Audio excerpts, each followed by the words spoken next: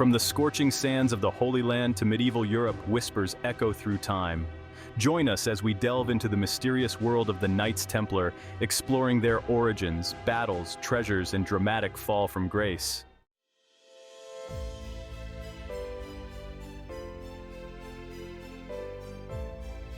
The year is 1119. Jerusalem had fallen to Christian forces, and pilgrims journeyed from the west, seeking solace in sacred sites. But the road to Jerusalem was fraught with danger. A small group of French knights, led by Hugues de Payan, pledged to protect the pilgrims. King Baldwin II of Jerusalem granted them quarters in his palace, believed to be built upon the ruins of Solomon's temple.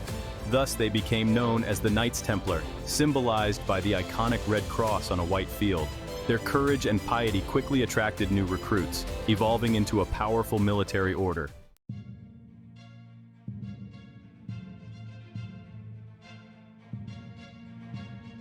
The Templars' military prowess was undeniable, but their influence extended far beyond the battlefield. They established a vast economic network, amassing wealth and power that rivaled kings. With great power came suspicion, envy, and ultimately, betrayal.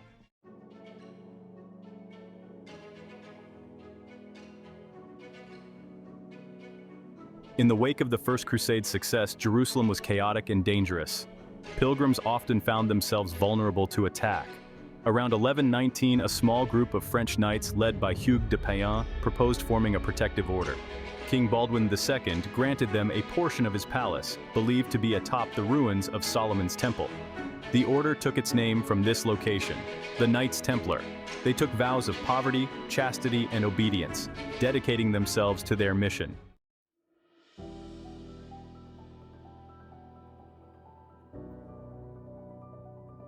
Central to the Templar identity was their strict code of conduct, approved by the Pope. It emphasized discipline, humility, and devotion, outlining everything from attire to diet. Their training extended beyond physical prowess to spiritual development. This dual focus set them apart, forging them into a unique and formidable force.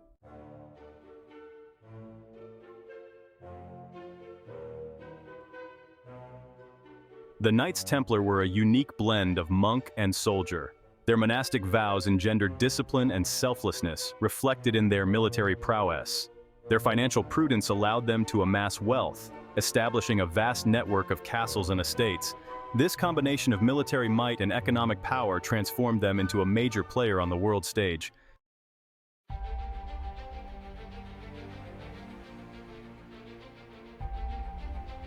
The Templars' early successes attracted new recruits and powerful patrons. Donations poured in, allowing rapid expansion. They established a vast network of commanderies across Europe and the Levant. They became pioneers in international banking, providing loans and developing financial instruments. Their influence extended far beyond the battlefield, shaping medieval Europe's political, economic, and religious landscape.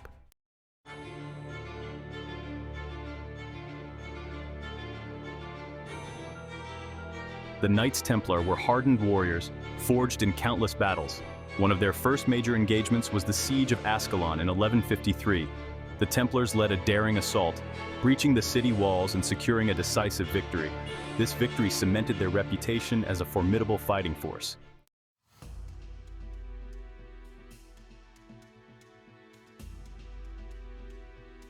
In 1148, the Templars participated in the Second Crusade, aiming to capture Damascus.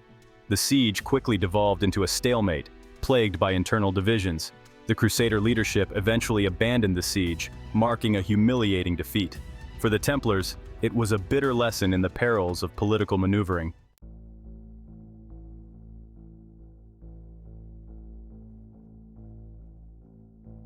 The Battle of Hattin in 1187 was a turning point, a crushing defeat for the Crusaders. Saladin's forces surrounded the Christian army, cutting off their access to water. The Templars fought valiantly, but their bravery was no match for Saladin's strategic brilliance.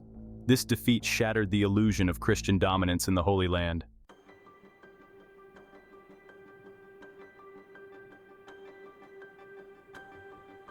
The Knights Templar played a crucial role in safeguarding Christendom's most sacred relics. Their connection to the Temple Mount imbued them with religious significance. Their possession of these relics, however, contributed to their downfall, as envy and suspicion grew.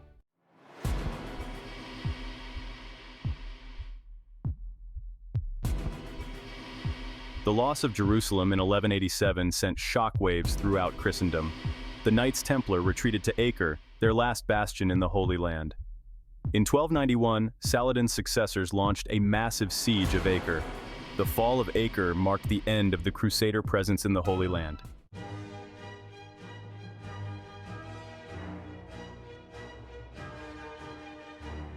The Knights Templar amassed wealth that would make kings envious.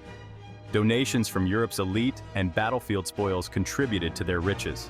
They became Europe's largest landowners and established a pioneering banking system. Pilgrims could deposit funds in London and withdraw in Jerusalem, securing trade routes. Their wealth flowed through Europe, making them vital to its economy.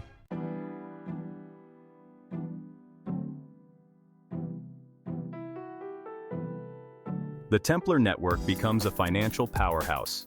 Key to the Templars' financial might was their network. Commanderies weren't just military outposts, they were banking hubs. Each preceptory, often on strategic trade routes, offered lodging, supplies, even currency exchange, all overseen by Templar knights known for honesty and efficiency. This system, centuries ahead of its time, relied on trust. The Templar network was built not just on stone and steel, but on their reputation. A noble traveling from, say, Paris to Jerusalem knew his funds were safe with the order, regardless of local rulers or bandits. This bred reliance. Kings, short on funds for their armies, turned to the Templars for loans, often secured against future tax revenues. This gave the order leverage.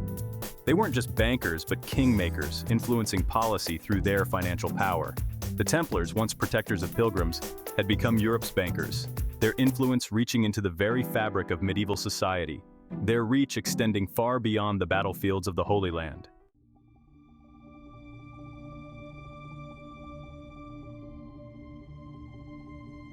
Funding the Crusades becomes a double-edged sword.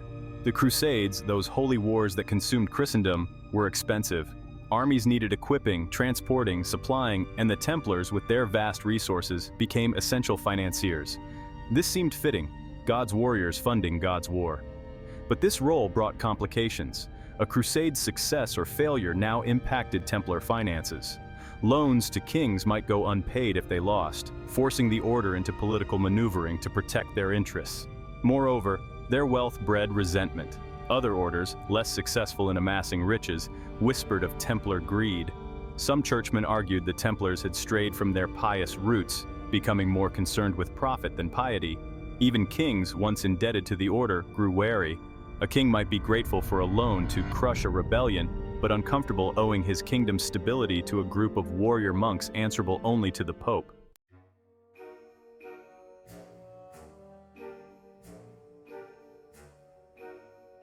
The price of power, envy, and suspicion. As the 13th century ended, the Templars faced a new enemy, not Saracens on the battlefield, but whispers in the courts of Europe. Their wealth, once admired, was now viewed with suspicion. Rumors spread, some outlandish, some disturbingly plausible. It was whispered that Templars in their travels had discovered lost knowledge, forbidden texts, perhaps even magical artifacts.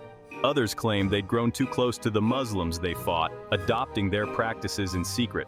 Most damaging was the accusation of heresy, whispers of strange initiation rites, of denying Christ, even of spitting on the cross circulated. These were dangerous times. Religious fervor was high, and accusations of heresy could doom even the powerful. It's impossible to say how much was true. The Templars were secretive, their inner workings known only to members. This secrecy, once their strength, now fed the flames of suspicion. The Templar treasure, a source of endless fascination, played a crucial role in their downfall. King Philip IV of France, deeply in debt, craved their wealth to break their hold on his kingdom. He accused the Templars of heresy and corruption, seizing their assets. In 1307, Philip ordered the arrest of all Templars in France. Imprisoned and tortured, the Templars' treasure became their downfall.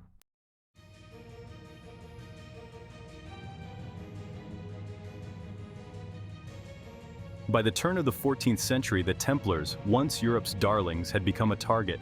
Their military might in the Holy Land was gone, their political clout waning.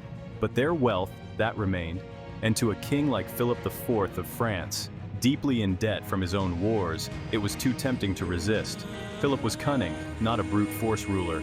Directly attacking the Templars would anger the Pope, who'd granted them special status. Instead, Philip chose poison rumors. Whispers had always surrounded the Templars, their secrecy, their time amongst Muslims. Now these whispers became accusations, heresy, blasphemy, denying Christ, even engaging in obscene rituals during their initiations. It's worth noting many historians believe these charges were fabricated. The Templars were an easy target, wealthy, unpopular with some nobles, and their hierarchical structure meant seizing the leadership could cripple the whole order.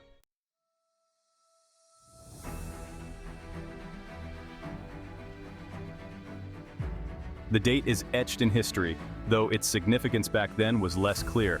Friday, October 13, 1307, across France on Philip's secret orders, sealed warrants were simultaneously opened, their target every Templar knight to be arrested at once. The efficiency was devastating. The Templars, used to battlefields, not courtly intrigue, were caught off guard. Their preceptories, once symbols of safety, became traps. Leaders, treasurers, even lowly squires were swept into dungeons. The charges were announced publicly, deliberately shocking. Heresy, denying Christ, spitting on the cross, sodomy, even worship of a demonic idol head, said to be possessed of magical powers. These accusations, whether Philip truly believed them or not, served a purpose to horrify Christendom, turning public opinion against the Templars, making their defense near impossible.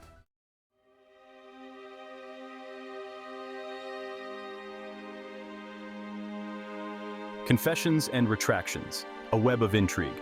Under torture, a man will confess to anything. The Templars, subjected to the cruelties of Philip's interrogators, broke. Confessions were extracted, often contradicting each other, but all playing into the king's hands. But here's where the story twists. Many Templars, once removed from torture, recanted. They claimed their confessions had been forced, that they'd lied to stop the pain.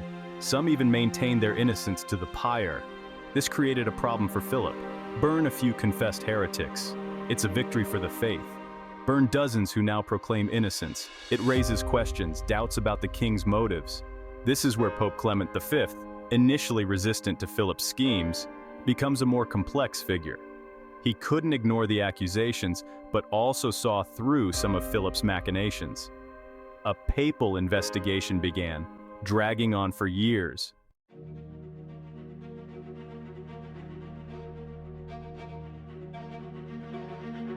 The legacy of the fallen knights. In the end, the Templars never got a fair hearing. Too much power was at play. Philip's ambition, the fear of heresy, the sheer wealth that made enemies. In 1312, under pressure from Philip, the Pope officially dissolved the order, not condemning them outright, but effectively ending their existence. Many lower-ranking Templars were absorbed into other orders. Some higher-ups, including the last Grand Master, Jacques de Molay, were burned at the stake in 1314. Legend claims de Molay, as the flames rose, cursed Philip and Clement, predicting their deaths within the year. Both men did die soon after, fueling the idea of a Templar curse. What became of their legendary treasure is unknown. Some believe Philip seized it all, others that it was spirited away, hidden until the Templars could return. This mystery, combined with their dramatic fall, has kept the Templars alive in the imagination, subject of countless theories and stories. Were they innocent victims of a greedy king, martyrs for a faith they secretly questioned, or did they hold knowledge too dangerous for their time? The answers likely died with them, leaving us with only whispers and legends.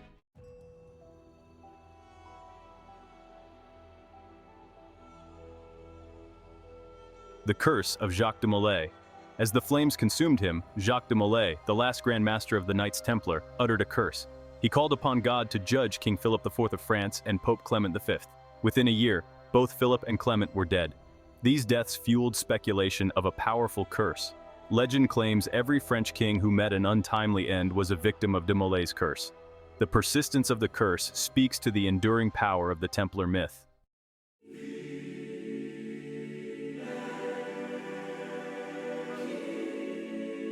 The Holy Grail, the cup said to have been used by Jesus at the Last Supper, has captivated the imagination for centuries.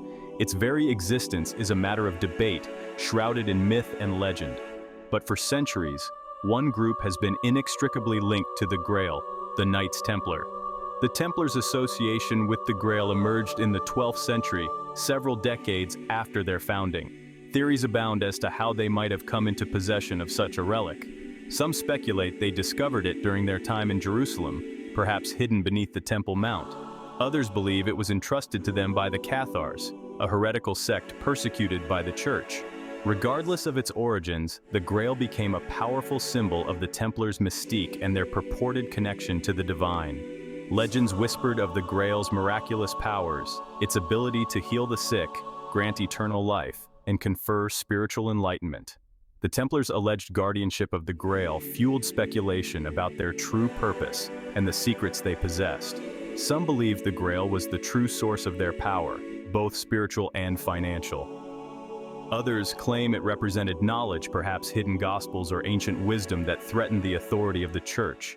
The Templar legacy, fact, fiction, and the enduring allure of secrecy. Centuries after their demise, the Knights Templar continue to fascinate and intrigue.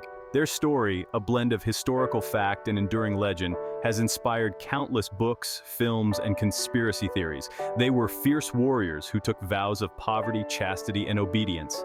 Yet, they also amassed vast wealth and wielded considerable political influence. Their secretive nature further fuels speculation. This secrecy made them vulnerable to suspicion and accusations of heresy. The Templars' dramatic downfall adds another layer to their mystique. Accused of heresy, they were arrested, tortured, and burned at the stake. These unanswered questions ensure the Knights Templar remain a historical fascination.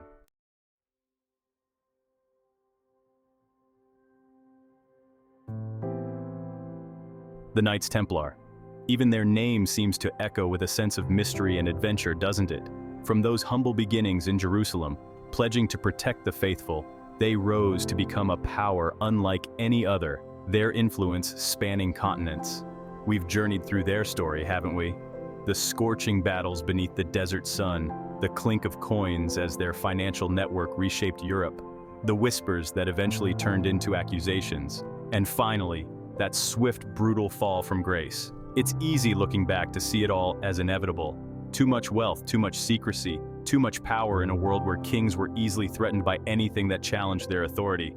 But as historians, as folks fascinated by the past, we're left with more questions than answers, aren't we? And that's part of what makes the Templars so endlessly captivating.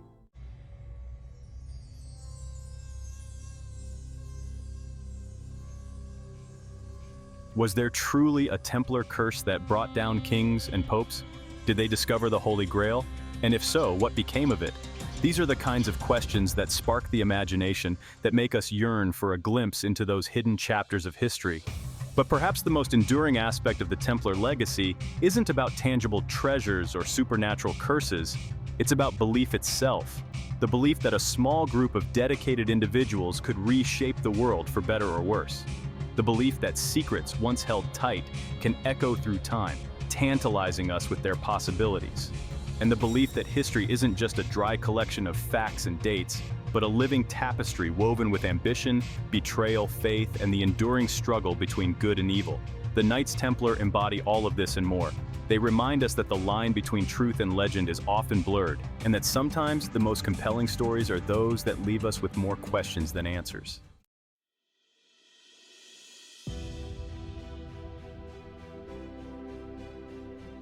So, what do you think? Were the Templars righteous warriors, victims of a conspiracy, or something in between?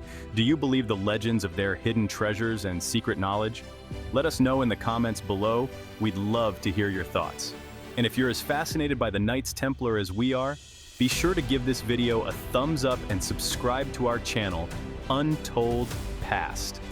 We're always digging deeper into history's greatest mysteries, unearthing the stories that have been hidden for far too long. Don't forget to ring that notification bell so you don't miss an episode. Until next time, keep exploring, keep questioning, and remember, the past is never truly gone. It's just waiting to be rediscovered.